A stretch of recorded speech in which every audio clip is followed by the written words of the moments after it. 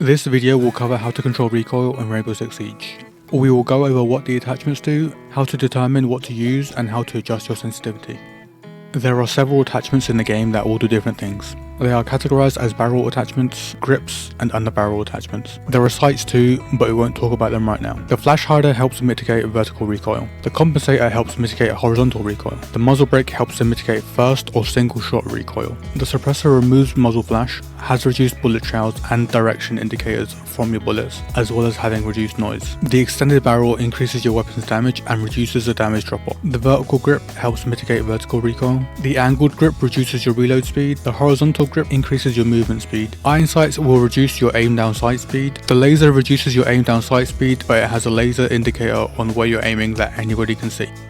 Now we know what the attachments do, we need to know how to learn recoil patterns and how to mitigate them. The best way to do this is the shooting range, which you can find under Play, Training, Shooting Range. Hop into the shooting range with anyone you want, whether you struggle with their recoil or not. Remove all your weapons attachments, you can leave the sight. You can do this when you pick the operator or after you spawn in by pressing 7. Just a note, the option to remove a grip is the horizontal. Once all the attachments are removed, you want to focus on the recoil lane. It's the one you spawn in. Stand in the middle and as close to the target as you can. Then aim at the bottom middle of the circle. Now just shoot. Don't try to control the recoil, just shoot and let it go where it wants to. Do this 2 or 3 times, starting from the same point each time. If you hold aim, it will automatically take you to the same starting point. We do this because there is some variation in the recoil pattern, but we want to understand the general climb. Now we have a general idea of what the recoil is like, we can choose how we try to mitigate it. If it doesn't have much horizontal recoil, but a lot of vertical, the vertical grip and flash hider can help with that. Equip the attachments you want to try, aim at the same starting point and let it go again. Do this the same amount of times. The pattern will be a different color when you make a change to the weapon, so you can see how the recoil changes. Now you have 2 choices, either try some other attachments or just try to control it. When trying to control recoil here,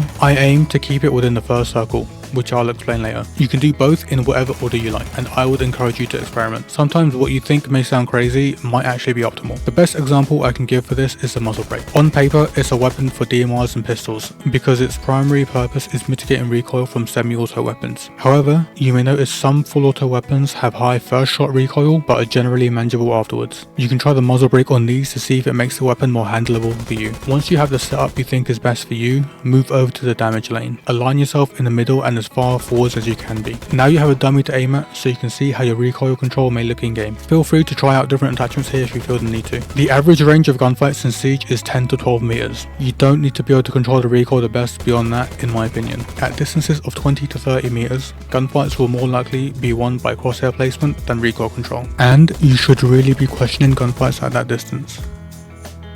Now we'll talk about how and when to adjust your sensitivity. I won't recommend any starting sensitivity for anyone because it's a personal thing. You have to find a base that works for you. The best tip I can give for this though is to make sure you can do a 180 comfortably. You won't need more than that, despite the clips you may want to hit. 180 is the maximum flick you will ever need. It's generally advised for PC players to keep their vertical and horizontal sends the same, as it will feel more fluid. Having them different could be awkward, but it's your sends, so it's up to you really. If your general movement feels not right, you may want to adjust your sends. Here, I would only lower or increase it in small increments to see how it feels. I wouldn't go more than 5 unless it really feels off. Also, if you are over aiming or over adjusting, you may want to adjust your sends. Same thing if you're under aiming or under adjusting. What does that mean? Over and under aiming is when you try to move your crosshair to something but find yourself either too short or too far when you expect to be on that target. You will notice this more when having to flick. Over and under adjusting is when you are trying to control recoil but your aim either goes too far one way or not enough.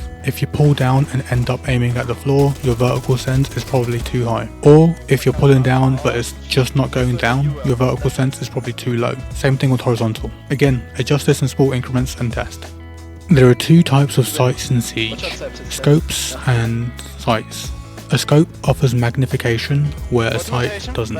People used to believe that scopes increase recoil, but they don't. Scopes are zoomed in, so your perception of the recoil is more pronounced as a result. That being said, it will quickly become evident that Siege players love scopes. I would be cautious about becoming too attached to them though. Scopes are plentiful in attack, but are scarce on defense. You don't want to be that teammate that picks their operator based on their weapon sights. This is a good reason to get comfortable with one-time sights. Everyone has access to all of them, so your preferred one-times will be available on everyone. Also, you don't need an ACOG when the average gunfight is only 10 to 12 meters. While scopes have their benefits, don't let them become a crutch.